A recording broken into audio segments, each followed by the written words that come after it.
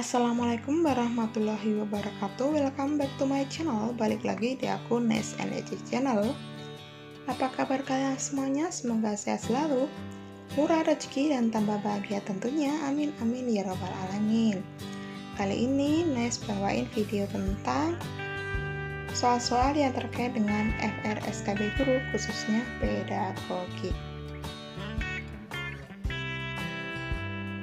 Sebelum ke videonya, saya mengajak teman-teman semuanya untuk mendukung channel ini bersama-sama dengan menekan tombol subscribe dan loncengnya.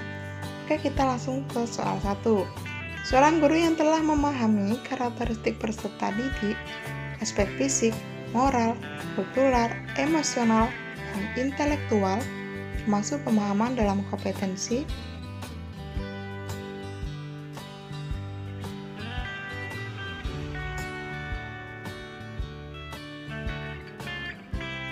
jawabannya yaitu pedagogik. Paikem adalah pembelajaran yang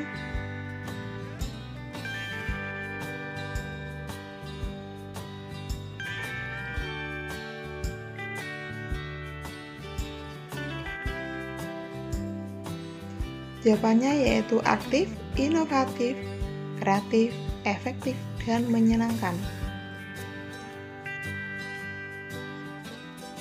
Aspek grup adalah pembelajaran kooperatif, mendiskusikan,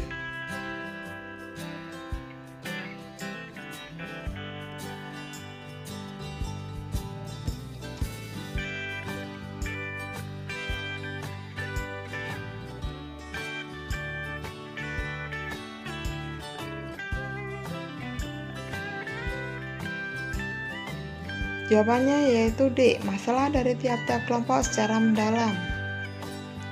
Untuk mendorong dan membuat siswa menjadi lebih aktif dan terbuka untuk memberi jawaban secara sukarela, guru dapat menerapkan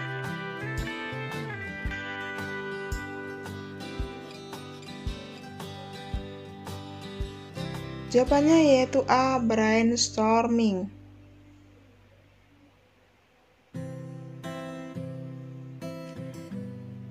Kegiatan belajar berikut yang tepat dievaluasi tes kinerja.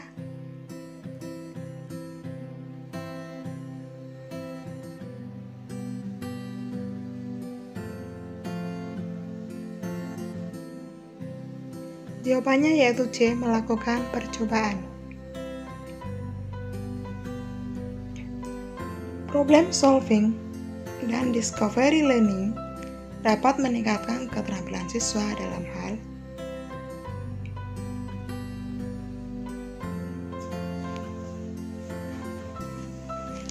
sebentar, saya minum dulu ya teman-teman.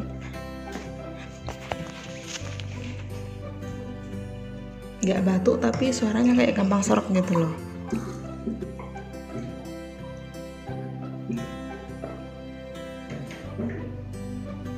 Alhamdulillah. Ini soalnya 40 teman-teman, 39 kalau nggak salah. Tonton sampai selesai ya. Critical thinking. Oke. Pemilihan satu model pembelajaran terutama dilakukan berdasarkan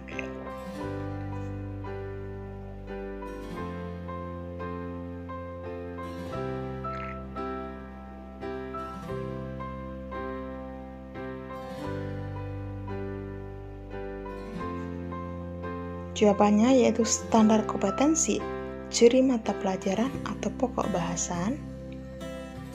Nomor 8, untuk meningkatkan kualitas pembelajaran dilakukan di kelas, seorang guru melakukan kegiatan berikut.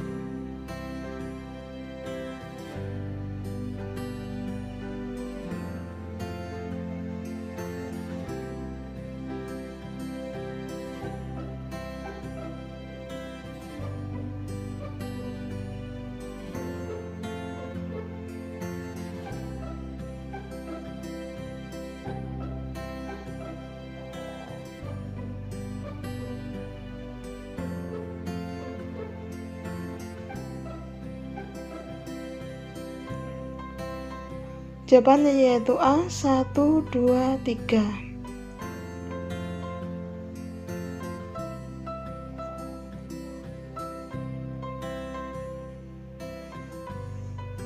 Prinsip kooperatif learning, kecuali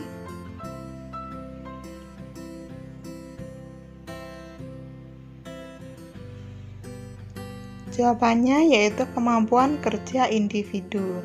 Kecuali yang benar kita pahami teman-teman. Ini salah ya. Yang benar kerjasama mencapai tujuan, saling interaksi, saling tergantung tapi saling memberi. Memilih media mempertimbangkan A. Kesesuaian media dengan tujuan, materi, dan perkembangan siswa. B. Kecanggihan media. C. Kesesuaian media dengan paradigma pembelajaran. D. Kelengkapan dan kualitas media.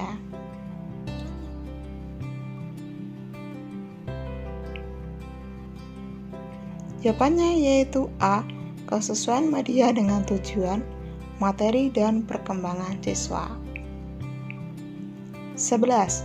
Guru menggunakan media dalam mengajar karena A. Tuntutan kurikulum, B. Anjuran KS, C.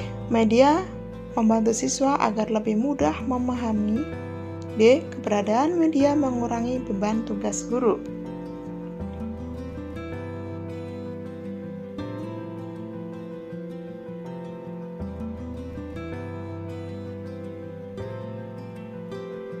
Jawabannya yaitu C.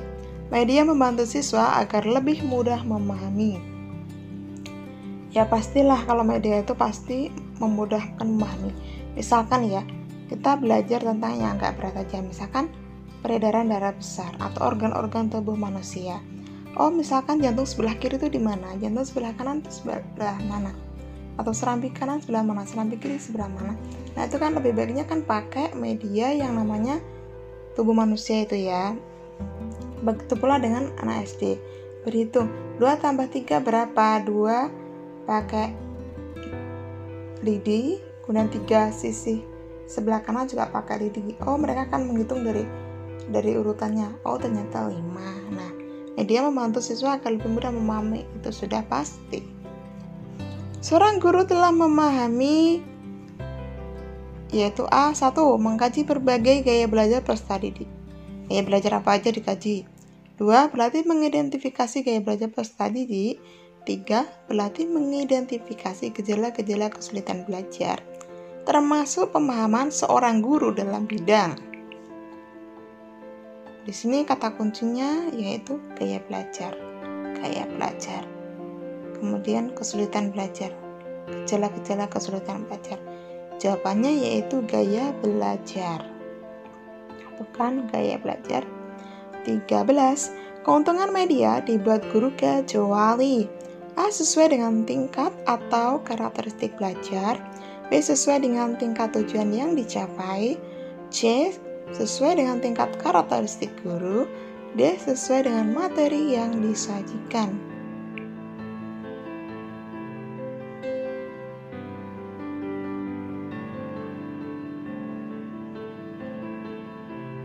Jawabannya yaitu C. Sesuai dengan tingkat karakteristik guru. Perhatikan kata kunci yaitu kecuali. Masa murid menyesuaikan guru? Karakteristik gurunya kan nggak mungkin. Yaitu jawabannya yaitu sesuai dengan tingkat atau karakteristik belajar, sesuai dengan tingkat tujuan yang dicapai, kemudian sesuai dengan materi yang disajikan. Setelah membaca teks siswa diharapkan mengidentifikasi sedikitnya 5 fakta kata kerja yang tepat untuk guru menggunakan media teks. Pernyataan ini berkaitan dengan kriteria A. Kesesuaian, B. Tingkat kesulitan, C. Ketersediaan, D. Kualitas teknis.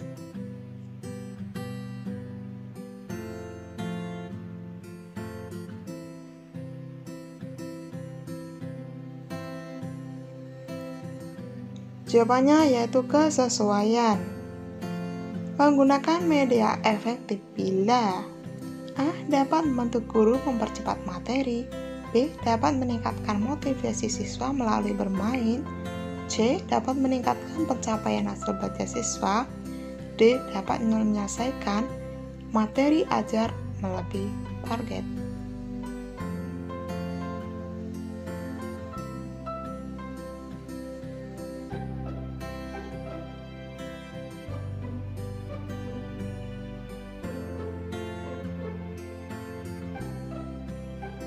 Jawabannya yaitu C. Dapat meningkatkan pencapaian hasil belajar siswa. 16. Pernyataan di bawah ini yang betul adalah. Kita langsung aja. Jawabannya yaitu A. Penilaian hasil belajar oleh pendidik digunakan untuk pencapaian kompetensi peserta didik. Bahan laporan hasil belajar mudah memperbaiki proses belajar. Penilaian hasil belajar itu gunanya untuk apa? Teman-teman semuanya, penilaian hasil belajar itu gunanya untuk apa? 1. Untuk memenuhi pencapaian kompetensi peserta didik.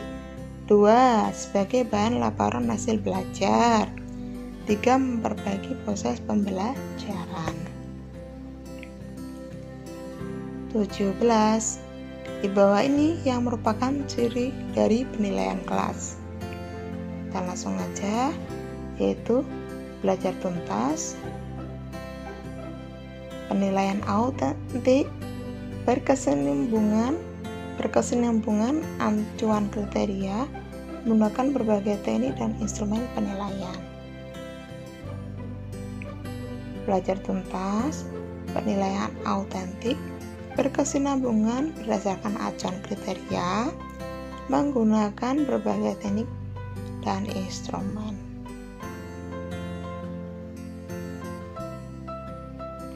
18. Media yang kita gunakan di kelas hendaknya memiliki tingkat kejelasan bagi siswa, termasuk tulisan guru harus bisa dibaca oleh siswa. Ini berkaitan dengan kriteria: A. Kesesuaian, B. Tingkat kesulitan, C. Ketersediaan, D. Kualitas teknis.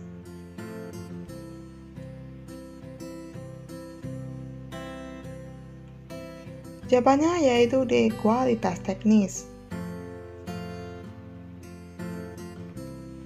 19. Hasil kegiatan berikut yang paling tepat diukur dengan non-tes. A. Kemampuan siswa memahami materi. B. Keaktifan siswa belajar di kelas. C. Keaktifan siswa menulis karangan. D. Keterampilan siswa menulis paparan atau cerita. Nomor 20 yaitu B. Keaktifan siswa belajar di kelas.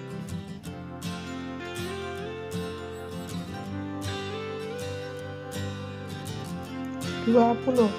Hasil kegiatan berikut yang paling tepat diukur dengan non-tes. 21. Dalam mengembangkan instrumen penilaian dan hasil dan evaluasi proses dan hasil belajar harus memperhatikan. Dalam mengembangkan instrumen penilaian dan evaluasi proses dan hasil belajar harus memperhatikan A. Substansi, konstruksi, bahasa. B. Substansi, konstruksi, validitas, skor. C. Substansi, bahasa, konstruksi, skor. D. Substansi, validitas, bahasa, reliabilitas. E. Substansi, konstruksi, validitas, reliabilitas.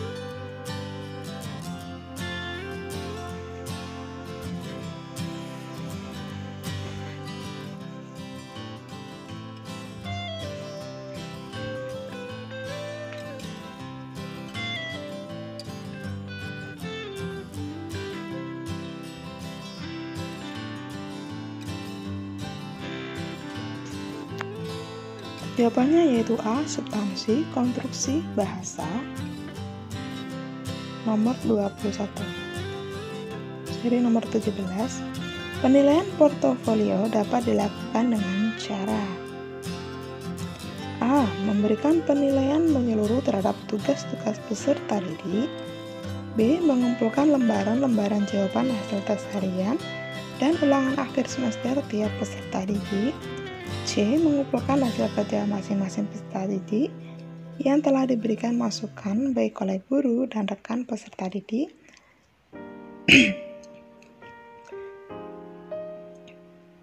Dalam suatu album sebagai bukti hasil belajar. D. Mengumpulkan lembaran-lembaran jawaban hasil ulangan tiap peserta didik untuk melihat kesulitan peserta didik dalam memahami pokok bahasan tertentu dan kemudian diberikan pembelajaran dan tes remedi. D. Mengumpulkan lembaran-lembaran hasil pekerjaan tugas, gambar-gambar dan hasil ulangan tiap peserta didik.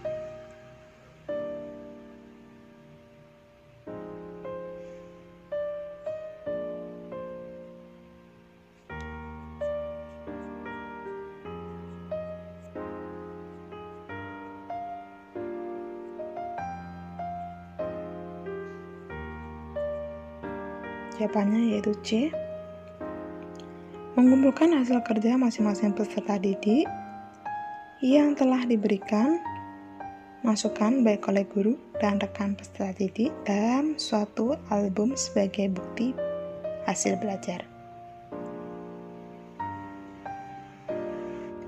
Untuk menghindari penilaian yang subjektif dan untuk memudahkan guru dalam menilai prestasi yang dicapai peserta didik, maka dalam penilaian ranah fisikomotor guru menggunakan, yaitu jawabannya E, tes performance. Penilaian dengan portofolio bertujuan untuk mengetahui perkembangan A. Kemampuan memahami materi. B. Siswa mengerjakan tugas. C. Kerajinan dan kreativitas siswa. D. Hasil belajar siswa secara keseluruhan. Jawabannya yaitu D. Hasil belajar siswa secara keseluruhan.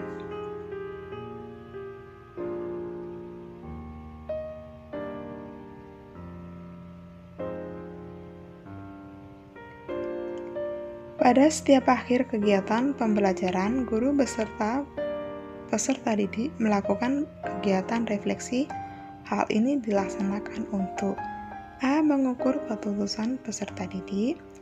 B. Mengukur efektivitas proses pembelajaran. C. Mengukur hal-hal yang belum dipahami peserta didik. D. Menentukan langkah-langkah pertemuan berikutnya.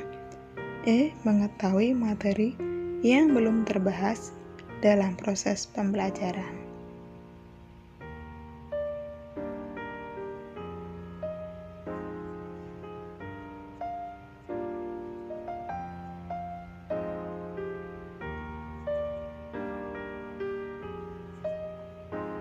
Jawabannya yaitu C. Mengukur hal-hal yang belum dipahami peserta didik.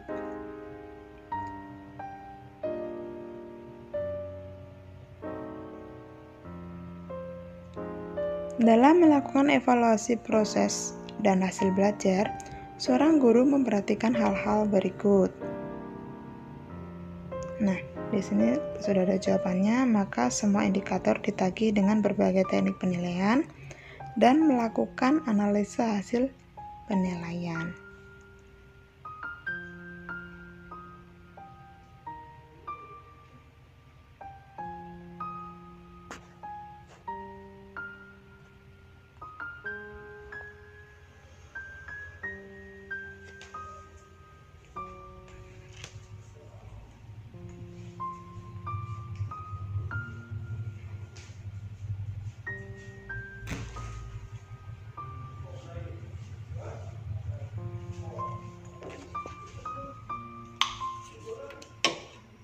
Saya cas dulu ya, baterainya tinggal sedikit.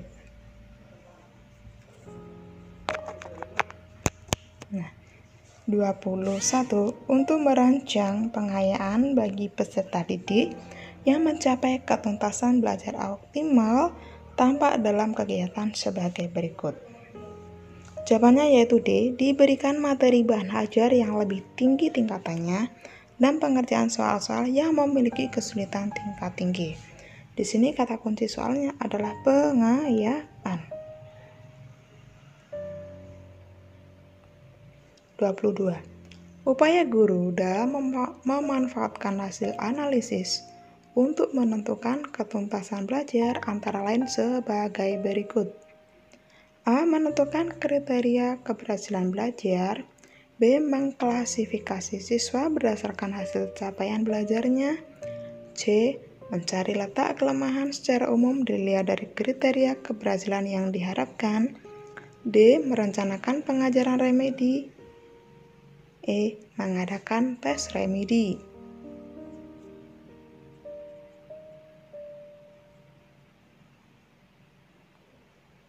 Jawabannya yaitu C. Mencari letak kelemahan secara umum dilihat dari kriteria keberhasilan yang diharapkan. 21. Di bawah ini merupakan pengidentifikasian materi pembelajaran yang menunjang pencapaian kompetensi dasar adalah 1. Potensi peserta didik, karakteristik mata pelajaran, relevansi dengan karakteristik daerah. 2. Tingkat perkembangan fisik intelektual, emosional, sosial, dan spiritual peserta didik. 3. Kebermanfaatan bagi peserta didik, struktur keilmuan, aktualitas, kedalaman, dan keluasan materi pembelajaran. 4. Kemampuan guru dan ketersediaan referensi. 5. Relevansi dengan kebutuhan peserta didik, tuntutan lingkungan dan alokasi waktu. 6. Dana yang tersedia. Dalam mengidentifikasi materi pembelajaran, guru harus memperhatikan antara lain nomor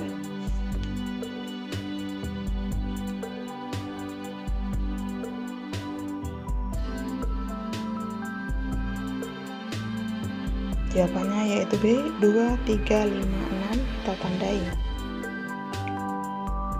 Tingkat perkembangan fisik, intelektual, emosional, sosial, dan spiritual peserta didik. 3. Kebermanfaatan bagi peserta didik, struktur keilmuan, aktualitas, kedalaman, dan keluasan materi pembelajaran. 5. Relevansi dengan kebutuhan peserta didik, tuntutan lingkungan, dan alokasi waktu. 6. Dana yang tersedia.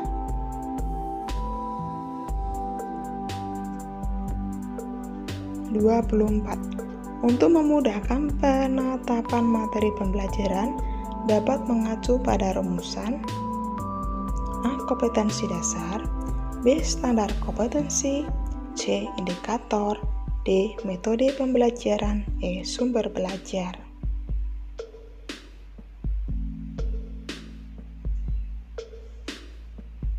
Jawabannya yaitu kompetensi dasar. Jenis-jenis pembelajaran dapat diklasifikasikan sebagai berikut.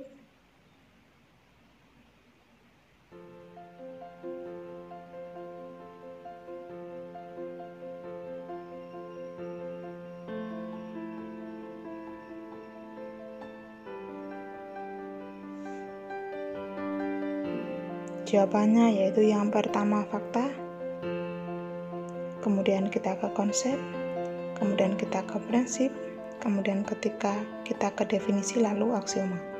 Fakta, konsep, prinsip, definisi, aksioma. 30. Standar ketuntasan minimal belajar SKBM, SKMB, standar ketuntasan minimal belajar SKMB ditentukan oleh faktor-faktor di bawah ini. A. Intake siswa, B. Tingkat kesulitan, C. Sarana pendukung, D. Bakat dan minat siswa, E. Intake siswa, tingkat kesulitan, dan sarana pendukung.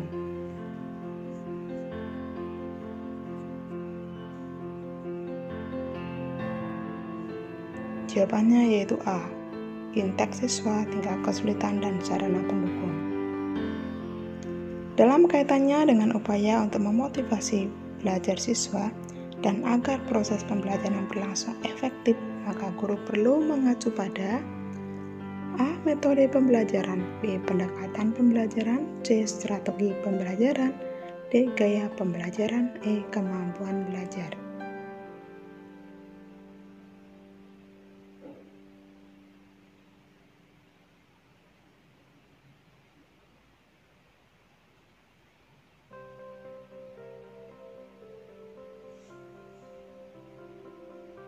Jawabannya yaitu strategi pembelajaran.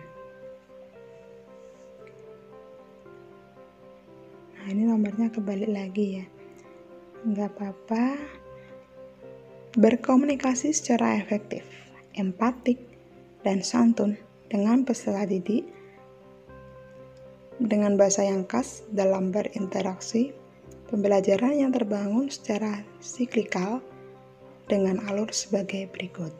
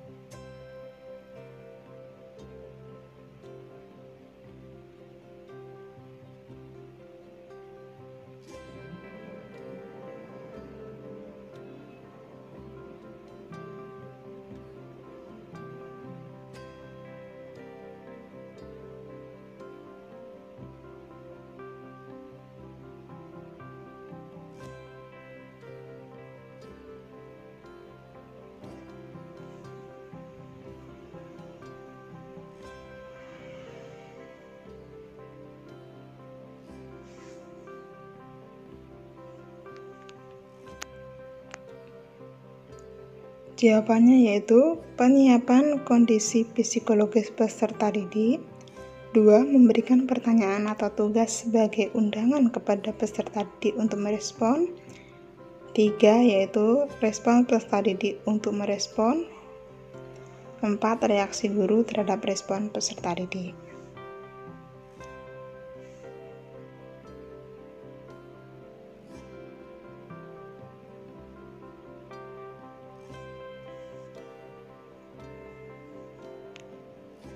Salah satu contoh kegiatan guru dalam kegiatan elaborasi dalam komunikasi pembelajaran dengan para siswa yaitu A. Memberikan umpan balik positif dan penguatan dalam bentuk tulisan, isyarat maupun hadiah terhadap keberhasilan peserta didik. B. Memfasilitasi peserta didik melakukan kegiatan yang menumbuhkan kebanggaan dan rasa percaya diri peserta didik. C. Memberikan konfirmasi terhadap hasil eksplorasi dan elaborasi peserta didik melalui berbagai sumber. D. Memfasilitasi peserta didik melakukan refleksi untuk memperoleh pengalaman belajar yang telah dilakukan. E. Memfasilitasi peserta didik untuk memperoleh pengalaman bermakna dalam pencapaian kompetensi dasar.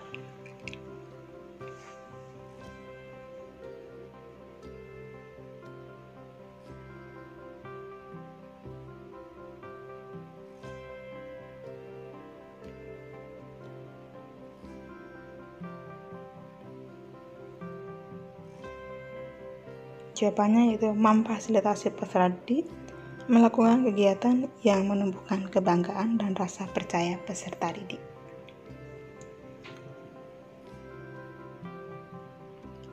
Kegiatan guru dalam melibatkan peserta didik mencari informasi yang luas dan dalam tentang topik atau tema materi yang akan dipelajari dengan menerapkan prinsip alam, belajar dari aneka sumber, menggunakan beragam pendekatan pembelajaran, media pembelajaran dan sumber belajar lain, memfasilitasi terjadinya interaksi antar peserta didik, serta antar peserta didik dengan guru, lingkungan, dan sumber belajar lainnya, melibatkan peserta didik secara aktif dalam setiap kegiatan pembelajaran, dan memfasilitasi peserta didik melakukan percobaan di laboratorium. Studio atau lapangan disebut dengan kegiatan A. Elaborasi, B. Eksplorasi, C. Konfirmasi, D. Browsing, E. Contextual teaching learning.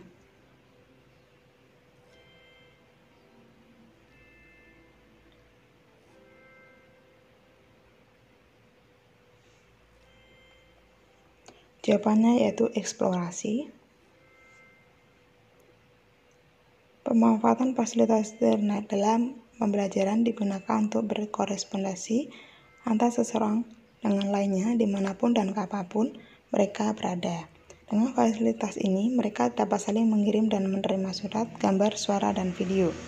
Fasilitas ini dapat pula mengirim lampiran berupa file yang berisi teks atau gambar.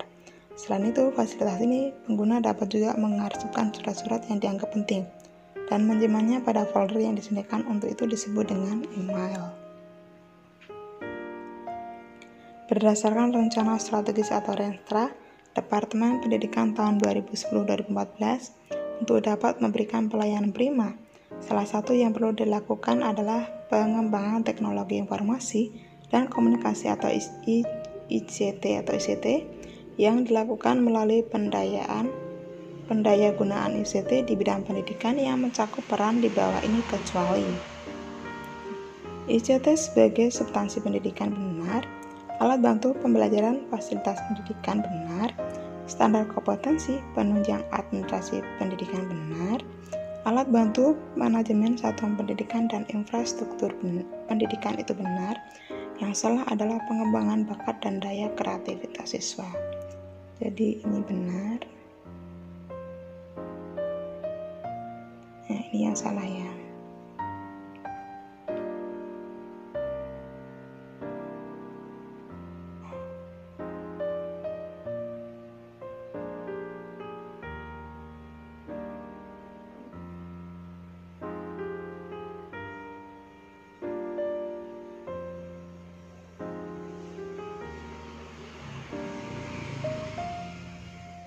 Untuk meningkatkan kualitas pembelajaran yang dilakukan di kelas, seorang guru melakukan kegiatan berikut. 1. Menganalisis hasil ujian siswa sebelum menentukan jumlah siswa yang belum tuntas. 2. Memisahkan siswa yang nilainya di atas dan di bawah standar, kemudian memilih metode mengajar yang berbeda untuk kedua kelompok. 3.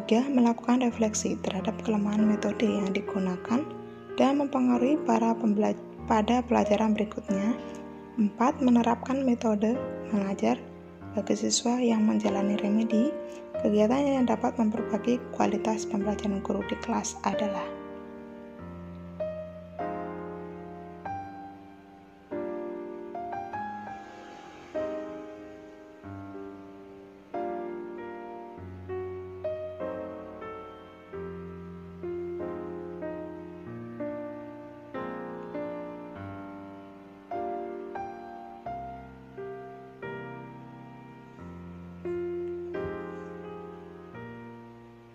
jawabannya 1, 2, dan 3. Ini benar, yaitu menganalisis hasil ujian siswa sebelum menentukan jumlah siswa yang belum tuntas. Di sini kata kunci soalnya adalah kualitas pembelajaran. Memisahkan siswa yang nilainya di atas dan di bawah standar, kemudian memilih metode mengajar yang berbeda untuk kedua kelompok. Kemudian yang ketiga, melakukan refleksi terhadap kelemahan metode yang digunakan dan memperbaharui pada pelajaran berikutnya.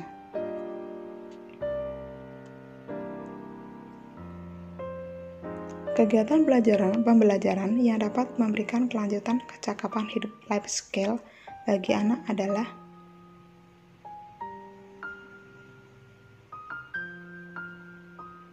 yaitu karya tulis, membuat karya tulis.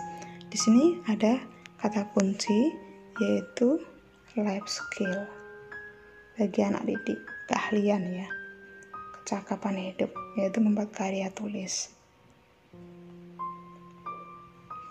Dalam mengembangkan alat evaluasi, guru harus memperhatikan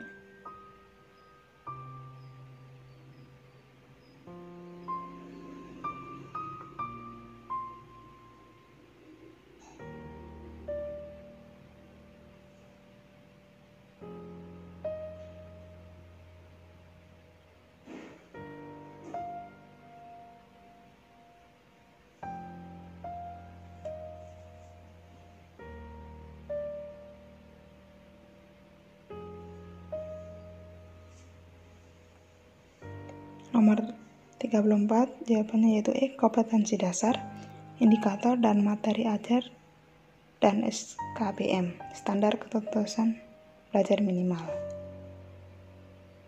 Jadi kompetensi dasar di urutan pertama itu yang perlu diperhatikan oleh siswa ya. Kemudian indikator, kemudian materi ajarnya, kemudian standarnya berapa gitu ya. Pernyataan berikut yang benar tentang asesmen adalah A. Proses pengukuran tes untuk mengetahui tingkat pemahaman siswa setelah mengikuti pelajaran. B. Proses pengumpulan informasi tentang peserta didik berkenaan dengan apa yang mereka ketahui dan apa yang dapat mereka lakukan. C. Melakukan penilaian kemampuan siswa menerima pelajaran. D. Proses penilaian terkait kecerdasan siswa.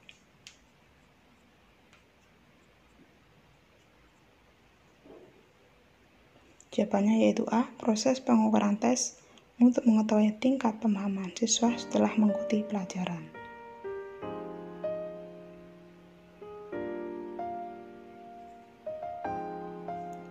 Tulisan karya ilmiah skripsi, tesis, disertasi tergolong karya ilmiah yang skripsi untuk S1, tesis untuk S2, disertasi untuk S3. A. Disajikan dalam bentuk artikel atau makalah. B. Ditulis berdasarkan bukan hasil riset. C. Kajian ilmiah yang ditulis dari hasil riset. D. Berupa kajian teoritis. Yaitu kajian yang ditulis dari hasil riset. Pandangan belajar sebagai perubahan tingkah laku yang relatif permanen merupakan pandangan belajar yang dipergunakan oleh teori belajar. A. Behaviorism. B. Kognitivisme. C. Behaviorism dan kognitivisme. D. Semua benar.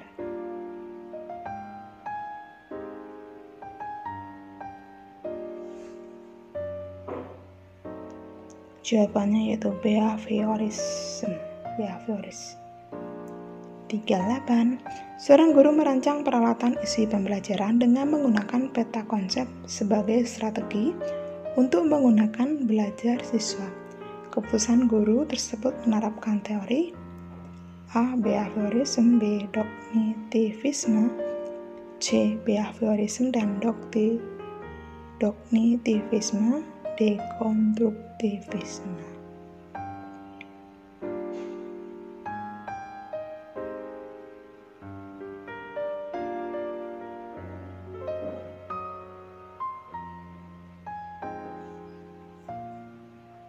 Jawabannya yaitu konstruktivisme.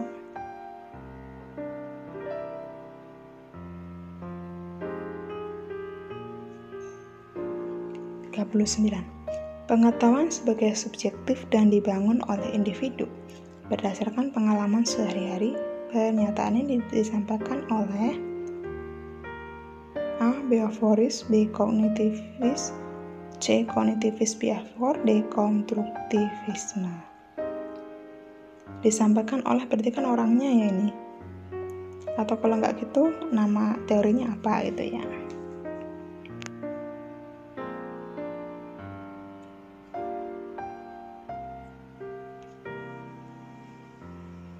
Jawabannya yaitu konstruktivisme berdasarkan pengalaman sehari-hari. 39.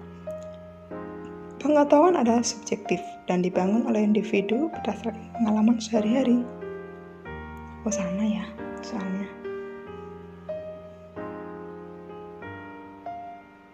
Oh beda ya sama ini ya. Oh sama tadi sore ada kesalahan sedikit. 40. Mengapa peranan guru begitu penting dalam pembelajaran? A. Perilaku guru sebagai panutan digugu dan ditiru. B. Guru sebagai sumber ilmu. C. Keputusan tindakan memerlukan jenis dan kreativitas belajar siswa. D. Tanpa guru, proses belajar siswa terganggu.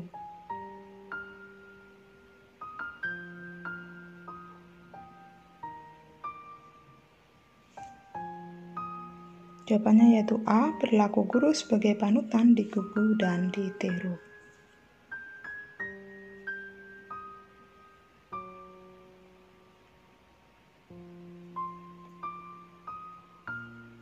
41. Pemahaman teori belajar penting untuk dipakai. A. Menambah wawasan modul pembelajaran. B. Sebagai bahan penunjang pembelajaran. D. Dasar pengembangan model pembelajaran. D. Sebagai acuan untuk memilih media. Jawabannya yaitu dasar pengembangan model pembelajaran.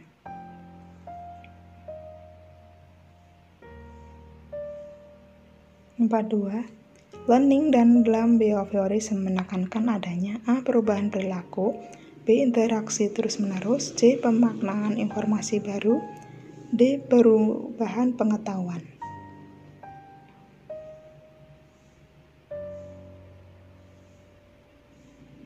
Jawabannya yaitu perubahan perilaku. Menurut konstruktivisme, pengetahuan tentang hasil dari interaksi dan paradigma stimulus respon. B. Hasil konstruksi yang dibangun sendiri oleh pembelajar. C. Hasil kerja kelompok yang selalu bertambah. D. Hasil temuan mata aturan yang menjadi sumbernya.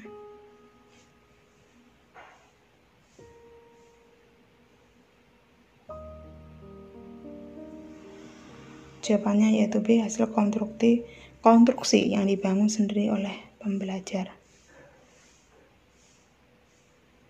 44. Tidak termasuk dalam ranah kompetensi kepribadian seorang guru adalah bicara santun namun efektif. Santun tapi harus efektif.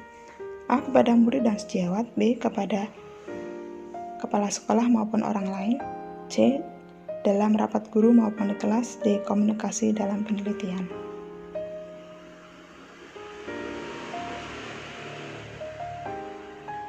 Jawabannya yaitu D. Komunikasi dalam penelitian. Harus berbicara santun dan efektif. Tidak termasuk dalam komponen mengajar seorang guru adalah kemampuan A. Menyusun dan mengembangkan alat evaluasi. B. Menggunakan atau memanfaatkan media pembelajaran. C. Berkomunikasi secara santun namun efektif dengan murid dan pengawas. D. Menanamkan kebiasaan tidak boleh mencontoh saat ulangan.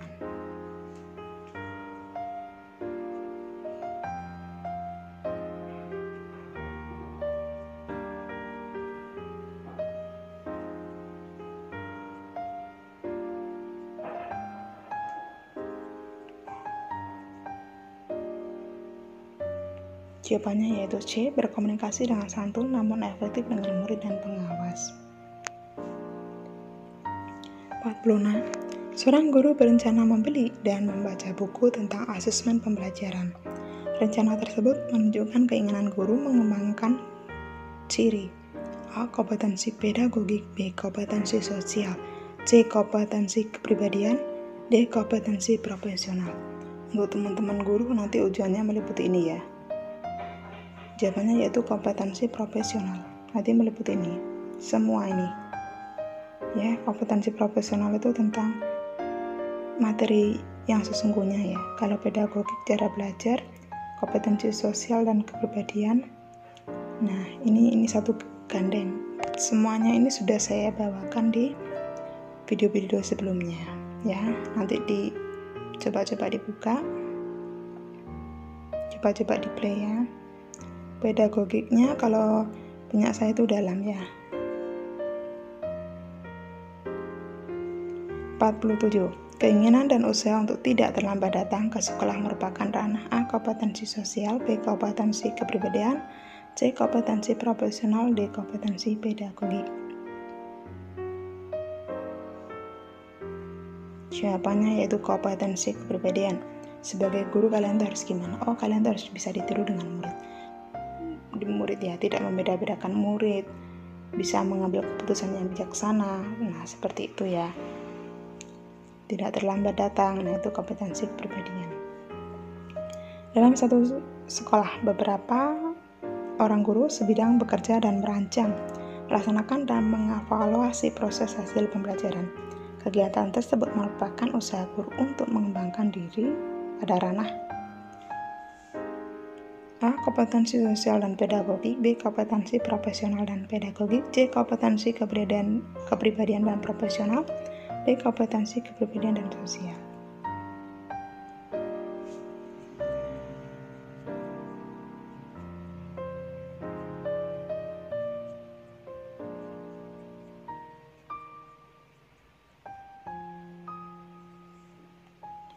Jawabannya yaitu kompetensi kebudayaan dan sosial.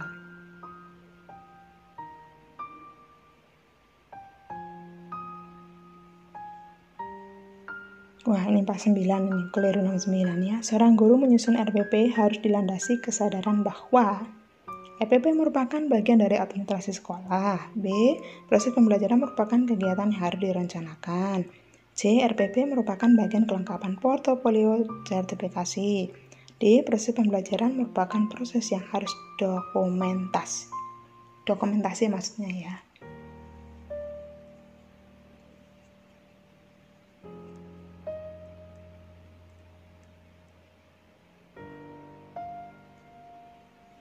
Jawabannya yaitu B. Proses pembelajaran merupakan kegiatan yang harus direncanakan. Apa-apa saja yang ada di RPP, kalian pasti udah paham ya. Sudah saya bawakan di video sebelumnya.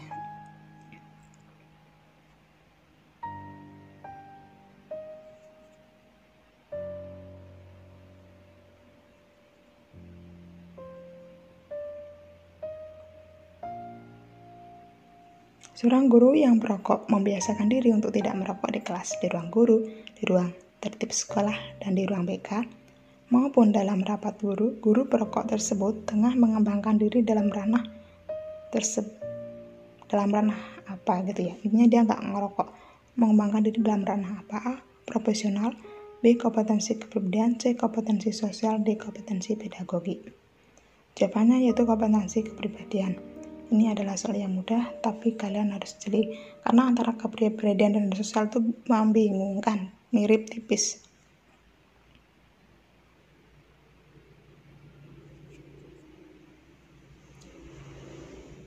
Demikian FRSKB pedagogik, semoga kalian suka ya. Jangan lupa dukungannya untuk tekan like, subscribe, komen, dan share sebanyak-banyaknya. Semoga yang stay di channel aku, apa yang kalian cita-citakan terkabul dengan mudah. Amin amin ya robbal alamin. Thanks so much for watching. Terima kasih bagi yang telah menonton dan setia di channel aku. Sekian, wassalamualaikum warahmatullahi wabarakatuh.